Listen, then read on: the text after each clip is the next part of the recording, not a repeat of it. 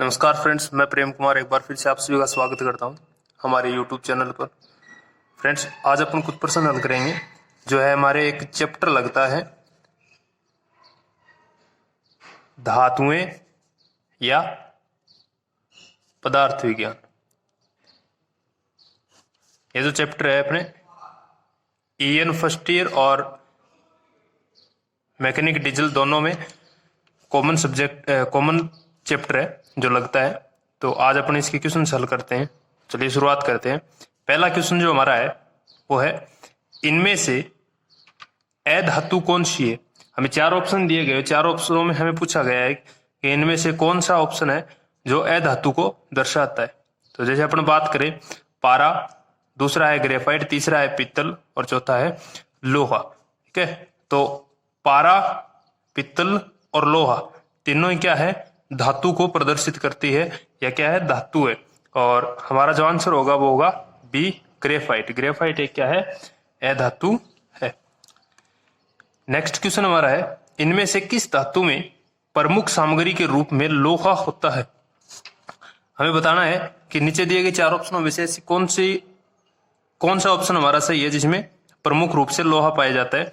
जैसे ऑप्शन हमारा पहला है पित्तल, दूसरा है ब्रॉन्ज, तीसरा है जिंक और चौथा है लोह धातु। तो हमें पता होना चाहिए लोह धातु में मुख्य रूप से जो अवयव होता है वो क्या होता है, लोहा होता है। तो हमारा यहां से आंसर जो होगा वो कौन सा हो जाएगा, लोह धातु हो जाएगा। ठीक है, अभी नेक्स्ट क्वेश्चन हमारे पास है वो है, उस धातु का नाम क्या है जिसमें लोहा नहीं होता है। ठीक है, हमें बताना है कि वो कौन सी धातु है जिसमें लोहा नहीं होता है या उसका नाम क्या होता है। तो हमें पता होना चाहिए अलोह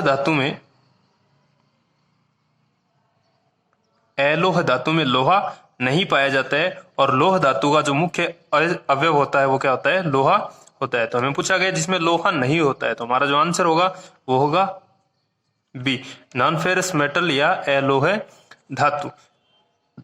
देखिए नेक्स्ट क्वेश्चन हमारा है, निम्नलिखित में से कौन सा गुणधर्म धातु का यांत्रिक गुण है।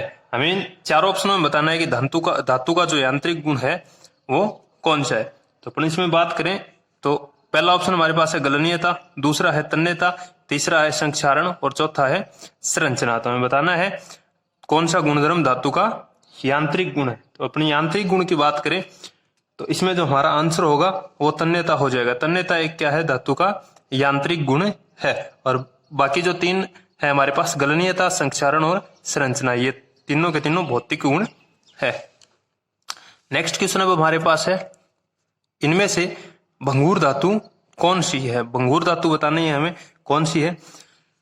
तो सबसे पहले हमें पता होना चाहिए भंगुरता का गुण या भंगुर क्या होता है। तो भंगुरता का गुण वह गुण होता है जिसमें जब अपन किसी धातु पर चोट करते हैं तो वह चोट लगने के पश्चात दो या दो से अधिक भागों में विभक्त हो जाए, उस गुण को अपन क्या बोलते हैं, भंगुरता का गुण बोलते हैं। तो हमारा ऑप्शन पहला ऑप्शन इसमें है कच्चा लोहा, दूसरा है इस्पात, तीसरे ऑप्शन की यदि अपन बात करें तो तीसरा ऑप्शन हमारे पास यहाँ से है नरम इस्पात और चौथा ऑप्शन जो हमारा यहाँ पे है वो है मिश्र धातु इस्पात। तो इसमें जो हमारा आंसर होगा वो हो जाएगा कच्चा लोहा। कच्चा लोहा एक क्या है, भंगुर प्रवृत्ति की धातु है, या अपन इसको इंग्लिश में बोलते हैं पिग आयरन। ठीक है, तो हमारा जो आंसर होगा वो क्या हो जाएगा, कच्चा लोहा। नेक्स्ट क्वेश्चन देखिए। नेक्स्ट क्वेश्चन में हमें पूछा गया है, धातु की कौन सा यांत्रिक गुण एक काटने के उपकरण में लोचदार विरूपण के लिए प्रतिरोध प्रदान करता है। ठीक है, हमें वो गुण बताना है जो यांत्रिक गुण बताना है जो धातु को काटने के उपकरण में लोचदार विरूपण को क्या करता है, प्रतिरोध करता है। ठीक है, तो हमारा पहला ऑप्शन इसमें है तन्यता, दूसरा है आघात वर्धनीयता, तीसरा कठोरता है और चौथा चिमड़पन है। ठीक है, तो यहां से हमारा जो आंसर होगा वो कौन सा हो जाएगा, कठोरता हो जाएगा। नेक्स्ट क्वेश्चन हमारे पास है वो है, धातु का कौन सा गुण बिना फ्रैक्चर के स्थायी विरूपण के गठन में सक्षम होती है। ठीक है, धातु का कौन सा गुण बिना फ्रैक्चर के स्थायी विरूपण के गठन में सक्षम होता है। अर्थात स्थायी विरूपण हमें बताया गया है कि उसमें जो परिवर्तन होगा वो क्या हो जाएगा, स्थायी हो जाएगा। तो हमें इसमें हमारा पहला ऑप्शन है वो क्या है, प्रत्यास्थता, दूसरा सुगठ्यता, तीसरा तन्यता और चौथा क्या है, भंगुरता है। तो इसमें जो हमारा आंसर होगा वो कौन सा हो जाएगा, सुगठ्यता। क्योंकि जो प्रत्यास्थ है उसमें जब अपन जैसे रबर है, रबर को खींचते हैं तो खींचने के पश्चात वापस छोड़ते हैं तो वह पुनः अपनी अवस्था में आ जाता है, तो उस गुण को अपन बोलते हैं प्रत्यास्थता। सुगठ्यता में जब अपन किसी धातु पर परिवर्तन करते हैं या बाह्य चोट लगाते हैं तो चोट लगाने के पश्चात उसमें जो गुण है या उसमें जो परिवर्तन होता है वो क्या होता है, स्थायी हो जाता है। ठीक है,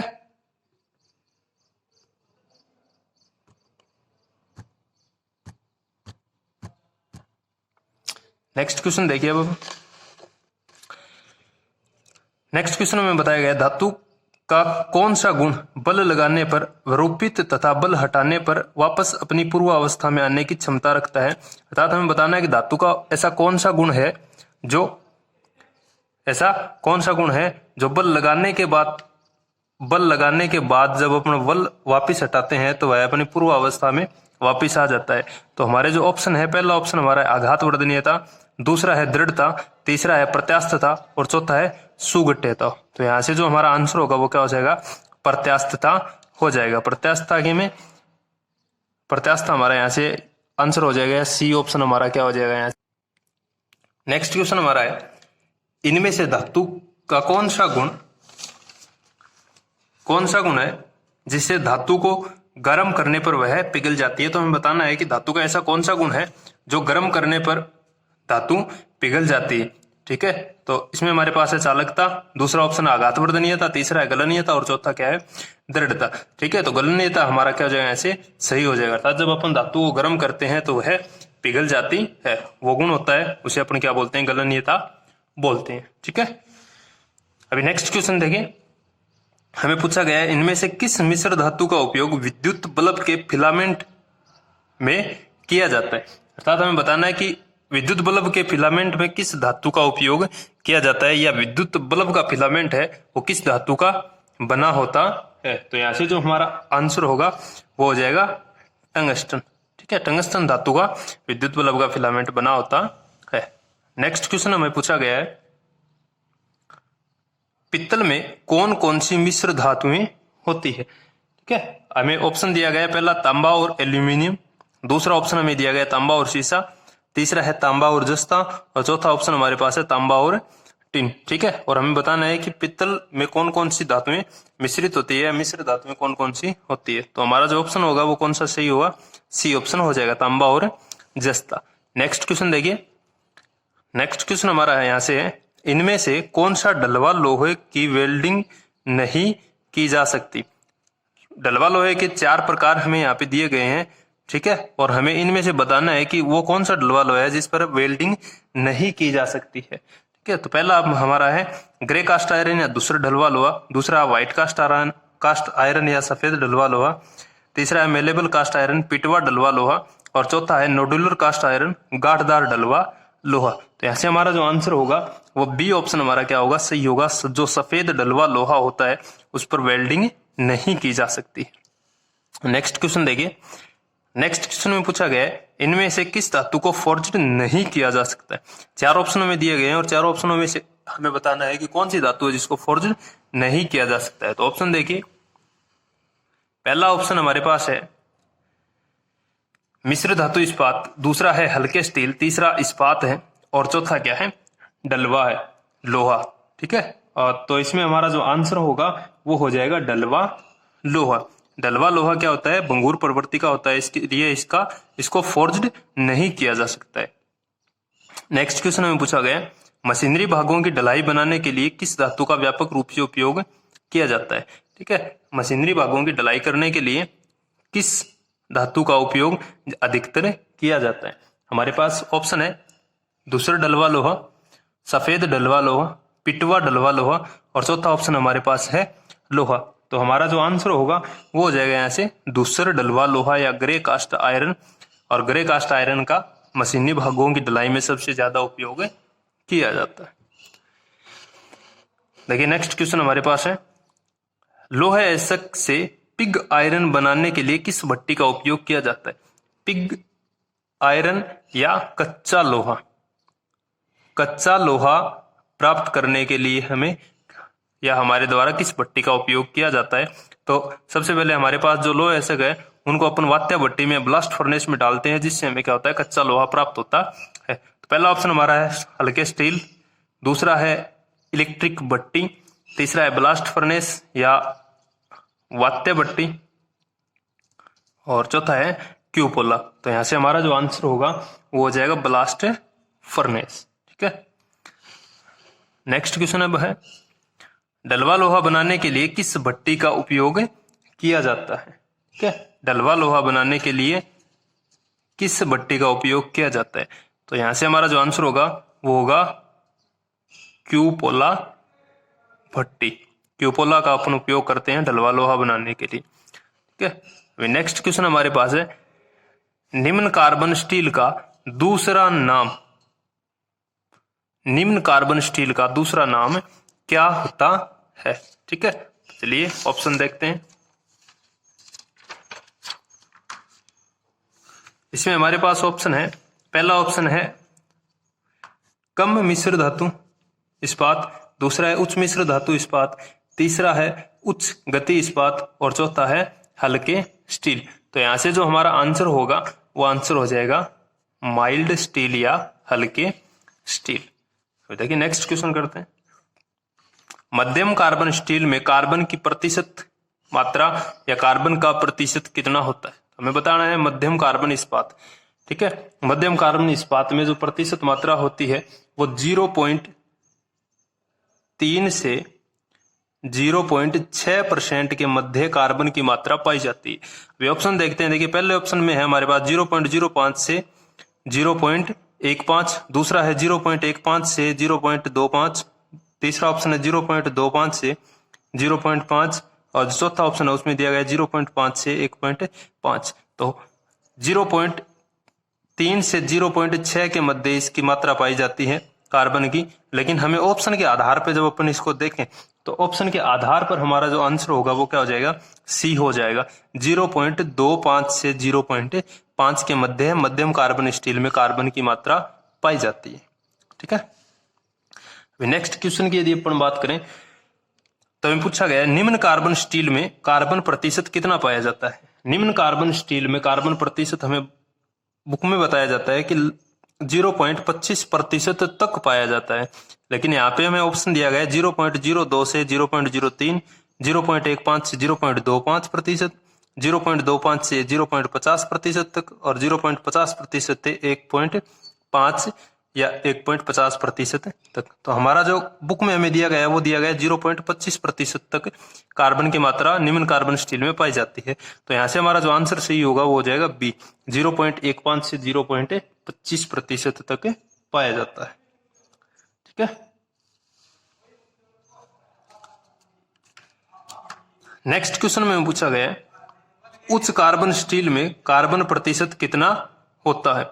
उच्च कार्बन स्टील में कार्बन प्रतिशत कितना होता है? तो उच्च कार्बन स्टील में जो प्रतिशत मात्रा होती है वो होती है 0.6 से 1.5 या 1.6% तक मात्रा पाई जाती है। लेकिन यदि अपन ऑप्शन के आधार से बात करें तो ऑप्शन में हमारा जो आंसर होगा वो कौन सा होगा, डी होगा। 0.5 से 1.5% या 1.50% तक पाया जाता है। ठीक है, नेक्स्ट क्वेश्चन अब हमारे पास है, पूछा गया एल्यूमिनियम का अयस्क क्या है?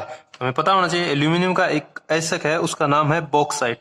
तो यहां से जो हमारा आंसर होगा वो क्या हो जाएगा, बॉक्साइट हो जाएगा। नेक्स्ट क्वेश्चन की अपन बात करें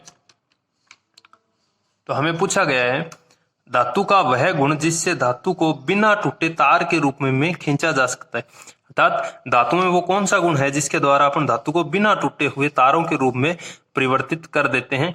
तो आघात वर्धनीयता में चोट करना होता है, कठोरता के कारण नहीं होता है, भंगुरता के कारण धातु पर चोट करने से वह 2 या 2 से अधिक टुकड़ों में टूट जाती है। तो हमारा जो आंसर होगा वो हो जाएगा ए, डक्टिलिटी या तन्यता। ठीक है, अपन बात करें नेक्स्ट क्वेश्चन की तो हमें पूछा गया है निम्नलिखित में से कौन सा एक कुचालक है? तो विद्युत के कुचालक की यहां पर बात हुई है, विद्युत के कुचालक की यहां पर बात हुई है। तो पहला ऑप्शन है तांबा, तांबा विद्युत का चालक है। एल्यूमिनियम की अपन बात करें तो यह भी विद्युत का चालक है। चांदी की बात करें तो यह भी चालक है। और चौथा है माइका। माइका, तो यहां से जो हमारा आंसर हो जाएगा वो हो जाएगा माइका। माइका विद्युत की क्या है, कुचालक। नेक्स्ट क्वेश्चन की अब अपन बात करें,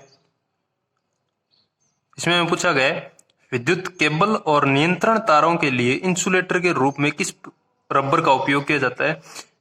रबर के 4 रूप दिखाए गए हैं। इसमें पूछा गया है कि विद्युत तारों और केबल नियंत्रणों में इंसुलेटर के रूप में किसका उपयोग किया जाता है। तो पहला रबर है ब्यूटाइल रबर, दूसरा है हिपेलोन रबर, तीसरा है सिलिकॉन और चौथा है नाइट्राइड ब्यूटाडीन। ठीक है, तो यहां से हमारा जो आंसर है वो हो जाएगा सिलिकॉन रबर। सिलिकॉन रबर का उपयोग अपन केबल और नियंत्रण तारों में इंसुलेटर के रूप में करते हैं। ठीक है, अभी देखिए नेक्स्ट क्वेश्चन हमारा यहां से है, स्थायी चुंबक बनाने के लिए किस मिश्र धातु का उपयोग किया जाता है। पहला ऑप्शन है सिलिकॉन इस्पात, दूसरा है मैग्नीज इस्पात, तीसरा है वेनेडियम इस्पात और चौथा है कोबाल्ट इस्पात। तो यहां से जो हमारा ऑप्शन होगा सही वो होगा डी, कोबाल्ट का उपयोग अपन स्थायी चुंबक बनाने में करते हैं। ठीक है, देखिए नेक्स्ट क्वेश्चन हमारे पास है,